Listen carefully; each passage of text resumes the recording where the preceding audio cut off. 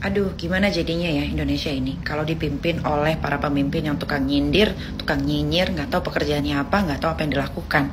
Contohnya, ya seperti pasangan nomor 1 dan nomor 3.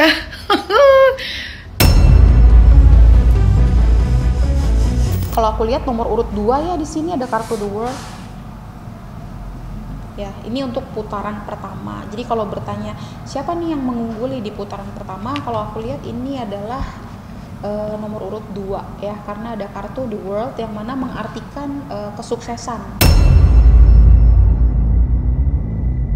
Nah, kalau bicara tentang capres-capres kali ini kan kebetulan memang saya ada di pasangan 01 ya, Anies dan Gus Muhaimin Iskandar. Jadi kalau gambaran kali ini sih saya masih yakin sih kalau bicara tentang selama wasit itu tidak ada kecurangan atau dari level tertinggi presiden sampai paling bawahnya tidak ikut cawe-cawe di sini, saya masih yakin untuk Amin menang 1 putaran.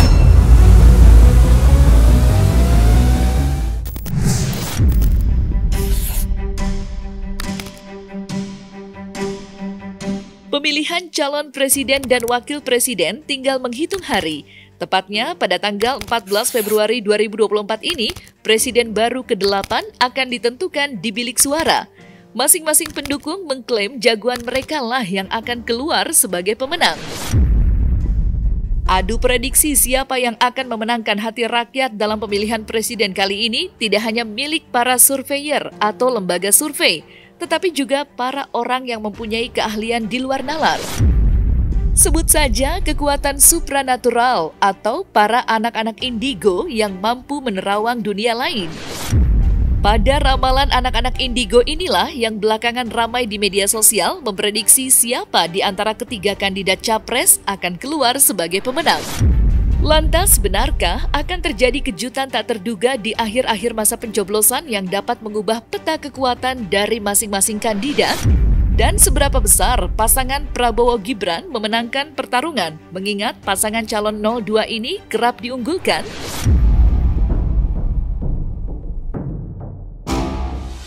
Nah, dari 3 paslon ini, ada 1 paslon yang kelihatannya lemah, pendukungnya sedikit, tapi ternyata dia sudah prepare amunisi dan gerakan di bawah tanah. Yang dimaksud gerakan di bawah tanah itu adalah dia udah prepare nih plan A, plan B, plan C. Jadi dia emang sudah meng-create sesuatu yang akan dimunculkan last minute. Makanya ketika debat dia hanya senyum-senyum ya kan, tapi hati-hati, senyumnya itu penuh makna karena dia sudah menyiapkan banyak strategi untuk menjatuhkan paslon yang banyak pengikutnya ini. Dan strateginya itu akan dikeluarkan pada saat last minute. Jadi nanti pas dekat pemilu akan ada sedikit cekat-cekit ya, gencatan-gencatan di politik yang bikin jantung deg-degan. Karena paslon yang dijagokan ini ternyata tidak menduga kalau si paslon yang sedikit pengikutnya ini justru akan naik drastis di last minute dan justru akan posisinya tuh tipis banget sama paslon yang dielu-elukan ini. Ada 1 paslon yang sedikit pemilihnya, tetapi dia sudah menyiapkan amunisi dan strategi yang akan dikeluarkan di last minute. Jadi tiba-tiba nanti dia naik set, bisa sejajar atau hanya beda tipis banget. Dan itu akan membuat si paslon yang sedang di atas awan ini kaget gitu, karena dia nggak prepare sama sekali. Makanya 2 paslon ini sudah benar-benar siap memojokkan 1 paslon ini. Karena di balik itu semua dia sudah menyiapkan strategi yang sangat kuat. Para indigo-indigo yang lain, mereka bilang kalau paslon yang kuat ini pasti menang. Kalau kita melihat bahwa dengan kondisi sekarang, bahwa putaran ini bukan putaran pertama, pasti ada 2 putaran. Ketika kita lihat ada salah satu paslon yang menginginkan 1 putaran, kita melihat merefleksinya 2 putaran. Pertanyaannya adalah apakah 2 putaran ini akan menjadi salah satu momentum menjadi 1 putaran. Nah, secara melihat dari gejala alam, ini 2 putaran. Tapi bisa juga berubah, bukan tidak bisa berubah menjadi 1 putaran. Setiap paslon ini cukup mempunyai potensi ya untuk bisa lebih tinggi ya, unggul suara. Tetapi saya melihat bahwa suara-suara ini nanti ada afiliasi. Artinya ada kerjasama salah satu paslon dengan paslon yang lain. Itu yang pertama. Yang kedua, ada memang saya perhatikan nanti suara-suara yang tidak mungkin diperhitungkan menjadi diperhitungkan. Nah, pertanyaannya 01, 02, atau 03. Yang paling kuat adalah penggabungan paslon. Nah, nantinya di situ akan bertemu 2 putaran. Nah, ketika 2 putaran ini yang kita tidak inginkan terjadi kontradiksi. Artinya apa? Jangan sampai ada kecurangan-kecurangan yang mengakibatkan terjadi kontroversi dan akan masuk ke dalam meja hukum. Nah, ini yang kita jangan sampai. Nah, sehingga bukan tidak mungkin akan terjadi 2 putaran. Kalau aku lihat nomor urut 2 ya di sini ada kartu The World. Ya, ini untuk putaran pertama. Jadi kalau bertanya siapa nih yang mengungguli di putaran pertama, kalau aku lihat ini adalah nomor urut 2 ya, karena ada kartu The World yang mana mengartikan kesuksesan atau kelancaran atau kebahagiaan. Ini adalah kartu terakhir dari Arkana Tarot utama. Ya, jadi ini adalah kartu final. Jadi ini untuk putaran pertama.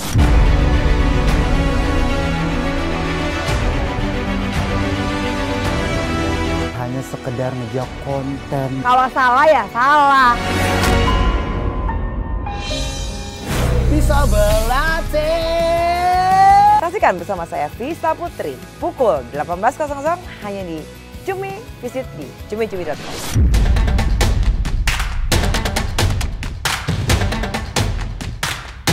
Ketegangan, gesekan, hingga saling sindir antar pendukung calon presiden tidak terhindarkan. Menjelang hari pencoblosan yang hanya kurang 2 pekan lagi, suasana kian panas. Adu mulut antar pendukung kian ramai dan tak terbendung. Media sosial menjadi medan tempur paling mematikan, di mana para pendukung saling jual serangan. Tidak hanya sindiran, tetapi juga cacian hingga hujatan. Dan yang menarik, saling serang antar pendukung calon presiden tidak hanya melibatkan tim sukses, influencer, ataupun buzzer saja, melainkan juga terjadi di kalangan artis. Memanfaatkan followersnya, para artis tak segan mengkritik calon presiden lain di samping mengkampanyekan jagoannya.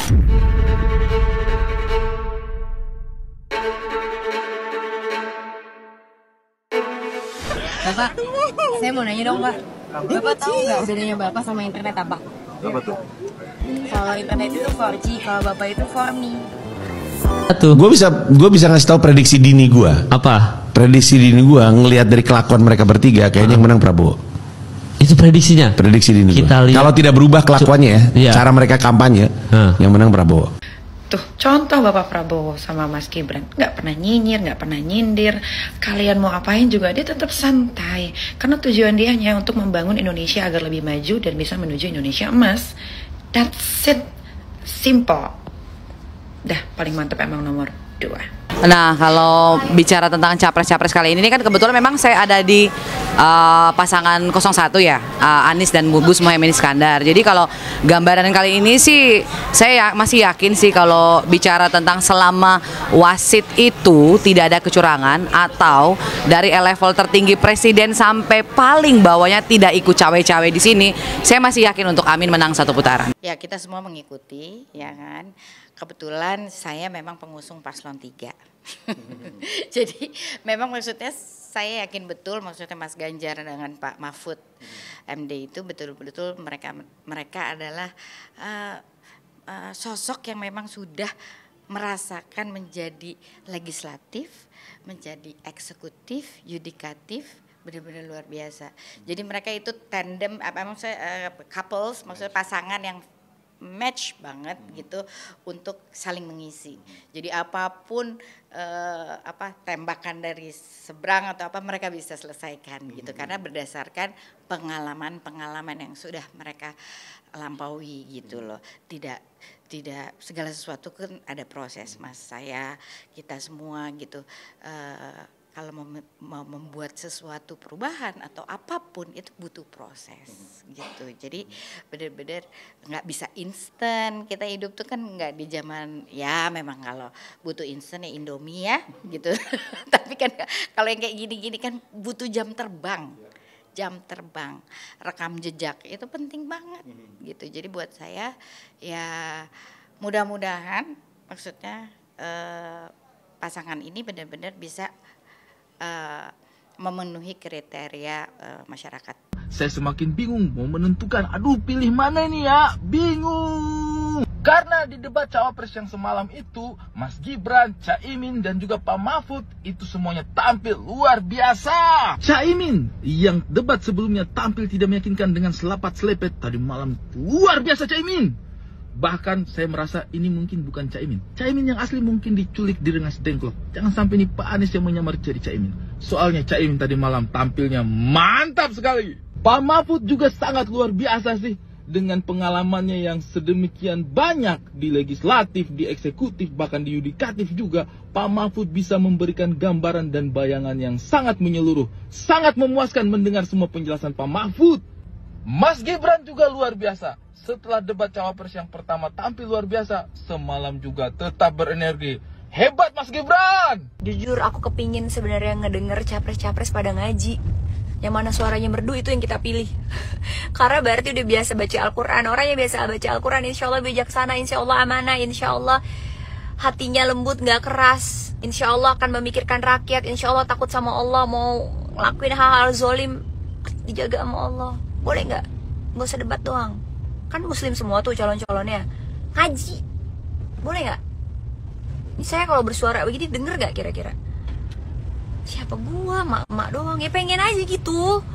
Yang namanya pemimpin kan harus bisa jadi imam.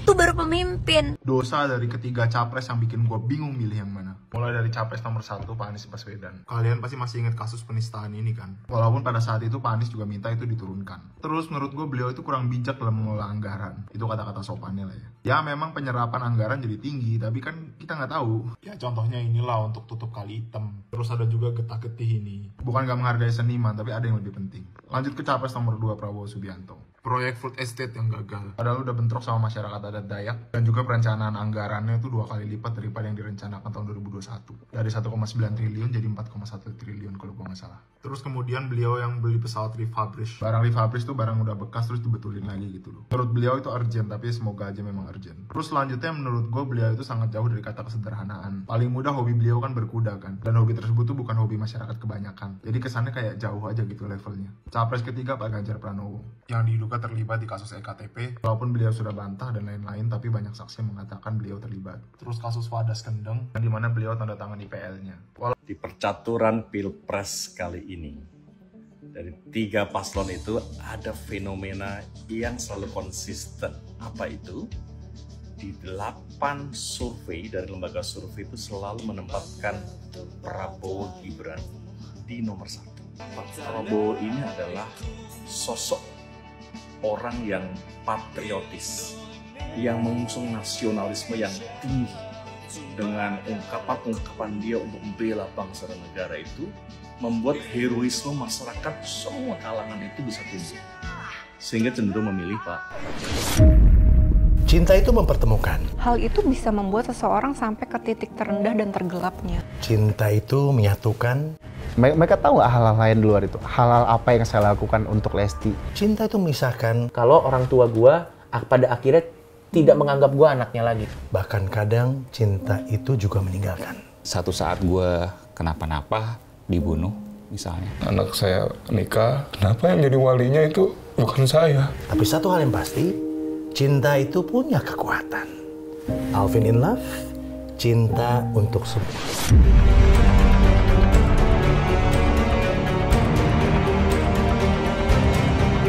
Pilpres yang diikuti 3 pasangan calon telah menjadi medan magnet di masyarakat. Terlebih keikutsertaan anak Presiden Joko Widodo, Gibran Rakabuming Raka, yang menjadi calon wakil presiden dari kubu 02, sejak awal kemunculan namanya sudah memantik perdebatan panjang. Lepas dari hal itu, sejumlah pakar turut meramaikan semarak pemilu yang sudah di depan mata. Misalnya saja, seorang face reader dalam kontennya dengan detil menjelaskan perbandingan 3 pasangan calon presiden mulai dari aspek intelektualitas sampai ambisi pribadi memenangkan pertarungan. Tidak hanya itu saja, karakter hingga makna tanggal lahir para capres dalam perhitungan Jawa atau yang biasa disebut weton juga ramai menjadi pembahasan oleh paranormal. Lantas siapakah di antara ketiga capres yang dapat merebut hati rakyat? Anies Baswedan, Prabowo Subianto, ataukah Ganjar Pranowo? Analisa wajah Capres 2024. Yang pertama adalah dari kekuatan yang dimilikinya. Nah, yang pertama kita akan bahas dari sisi zona kekuatan yang dimiliki oleh Capres masing-masing, mulai dari Anies Baswedan, Prabowo Subianto, dan Ganjar Pranowo.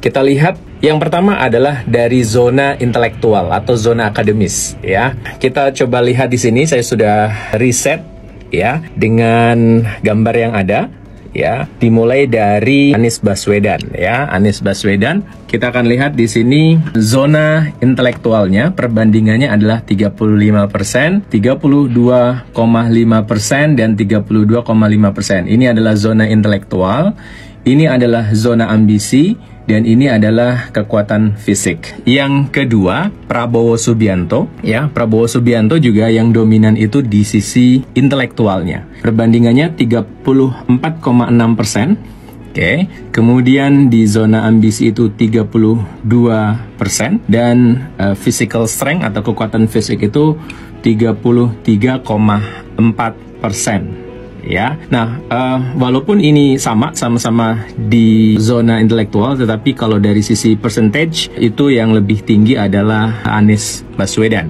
Nah, sementara kita coba lihat dari sisi Ganjar Pranowo. Ya, Ganjar Pranowo yang paling menonjol adalah di sisi physical strength atau bisa daya tarik fisik atau kekuatan fisik. Nah, teman-teman bisa lihat di sini perbandingan 34,5 untuk intelektual, 30,6 untuk ambisi, dan 34,8 untuk physical strength. Nah, dari ketiganya kita bisa melihat beberapa zona-zona tersebut ya, teman-teman. Oke, kalau saya lihat dari tanggal lahir itu tanggal 17 Oktober 1951 itu punya Pak Prabowo. Yang saya lihat tahun ini adalah tahun menguji kesabaran dia. Kayaknya sekarang nih dia lagi mengatur emosi dia, mulai mengatur cara tata bicara dia. Jadi yang saya lihat sih Pak Prabowo sudah mulai mengatur supaya tidak terlalu emosinya terlalu dilihat sama masyarakat terlalu menggebu-gebu. Yang saya lihat seperti itu, karena kan dia unsurnya logam. Karena orang logam itu semakin tua umurnya semakin bisa lebih bijaksana. Pak Anies ya, lahir tanggal 7 Mei 1989, orang tanah itu adalah orang yang sangat berambisius.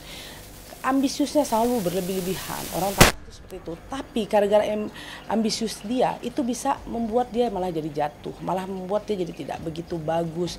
Karena kadang-kadang orang tanah itu ambisinya terlalu besar, jadi dia menempuh apapun jalan. Yang penting dia bisa ada rasa simpatik orang kepada dia. Seperti itu yang saya lihat. Jadi seperti Pak Ganjar Pranowo ini juga lahir tanggal 28 Oktober 1968, unsur tanah. Jadi dua tanah ini yang saya lihat akan bersekongkol untuk bagaimana caranya supaya ambisi mereka berdua ini bisa jadi satu nanti. Yang saya lihat seperti itu. Tapi dari usaha-usaha dari yang lain pengennya sih sekali putaran, tapi yang saya lihat nih semua pada mengatur strategi supaya bisa dapat 2 putaran.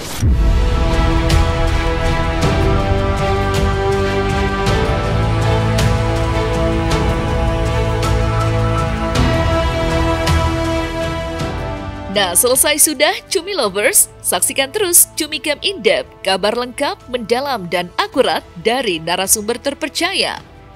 Dan jangan lupa untuk like, subscribe, dan juga share channel YouTube Cumi Cumi.